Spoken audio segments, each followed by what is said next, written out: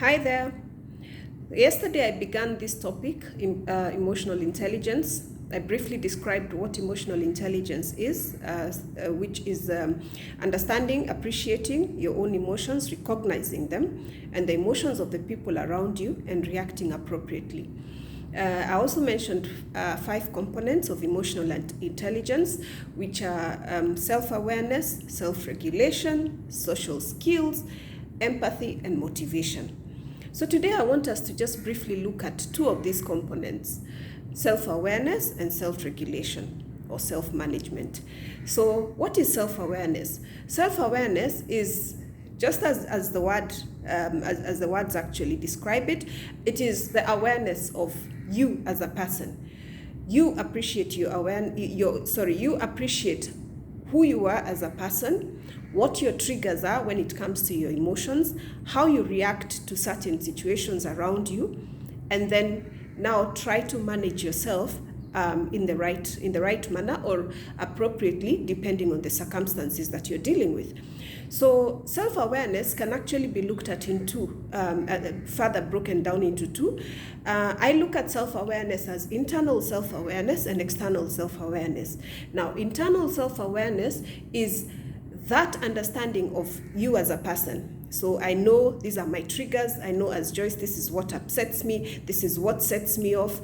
Or I can simply sit and evaluate myself.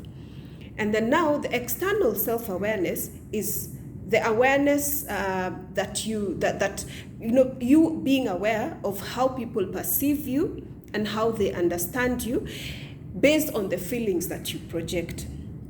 So when it comes to self-awareness, the question that begs for me would be, how well do you actually understand yourself? Because a lot of times, if we do not understand who we are, if we do not understand what our emotions are and what our triggers are, what is likely to happen is we are likely to for lack of a better term, rub people the wrong way. Because sometimes we need to actually sit down and critically evaluate. What is my role in this, especially when something goes wrong? Let's look at a scenario, for instance, maybe relationship, in terms of our relationships. So you probably, let's just put it plainly. In the house, you have a spouse, assuming you have a spouse or your significant other, and you notice that things are not, you feel that you're getting the wrong vibes from this person, and you're trying to understand what could have gone wrong before hitting back and thinking, you are not treating me as I should be treated. I think what you need to be asking yourself is, what is my contribution in this? And sit down and ask yourself, what could I have done better? What is it that I can improve? When you sit down to critically evaluate yourself, then you're able to actually improve your relationships, be it at home, be it at the workplace. It's the same thing. You probably are in the office, you submit reports on a daily basis, and they have enough errors on them. And instead of sitting to actually ask yourself, what could I have done better? You maybe choose to point a finger at somebody else. Now, yes, there are times, of course, when we are not to blame for certain mistakes. However, I have learned in life to sit and ask myself, could I have done anything differently?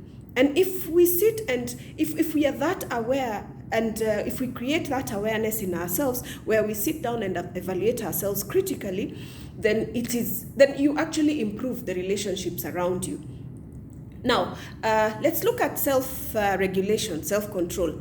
So it begins with awareness. Now, you see, even the Bible says that love thy neighbor as you love thyself. Now, if you do not love yourself, if you're not aware of yourself, then you're not able to, appreciate, or rather, you will feel that people are always misunderstanding you, so to speak. So self-management now, after self-awareness brings in self-management. Once you are aware of what your triggers are, of what gets you, worked up, what upsets you, what makes you happy, then you're able to manage manage your reactions and your feelings appropriately. when it comes to self-management, it's simply just that. Being able to project the right feelings, the right emotions at the right time. And also having the maturity to sit down sometimes and tell yourself, you know what, at this point, I probably don't need to talk. Or at this point, I don't need to project this emotion, because it will probably mess up a whole relationship or a team or something like that. If we find ourselves in positions where you're probably leading a team. Now, if as a leader, you're not able to control your emotions, if as a leader, you're not aware of your emotions and how they impact on the team that you're leading, if as a leader, you're not able to manage those emotions, what eventually happens is you have a team that you work with and they will never tell you anything. What you're likely to get is people who just think, you know what, if we tell her or we tell him this, they're just going to get upset. They're going to, react in a negative manner. The same thing in our relationships, our friendships. If you're not able to control your emotions, trust me, people will not talk to you. People will not tell you, or people will want to tell you what they think you need to hear. So this is a really short, there's way more that we can discuss on self-regulation and self-awareness. But I think for now, this is what I thought was important. So let's practice. Let's go out there and let's try to be aware of our triggers. Let's critically evaluate ourselves.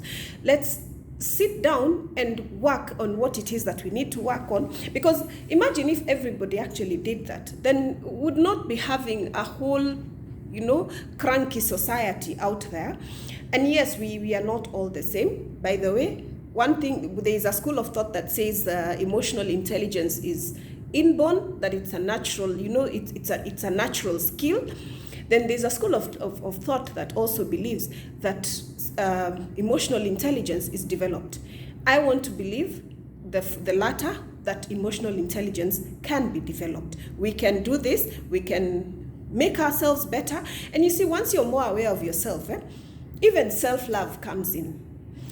Then you love yourself for who you are, you appreciate yourself for who you are, and you appreciate the environment that is around you, knowing that you're in control of whatever it is, that because there is nothing as bad as not being in control of your emotions. There is nothing as bad as not being in control of what you project. So we need to be able to project the right feelings, the right emotions, and the only way we can do this is once we are aware and once we are able to manage our feelings appropriately. Hope this session has been helpful. Do have a fantastic day. Bye.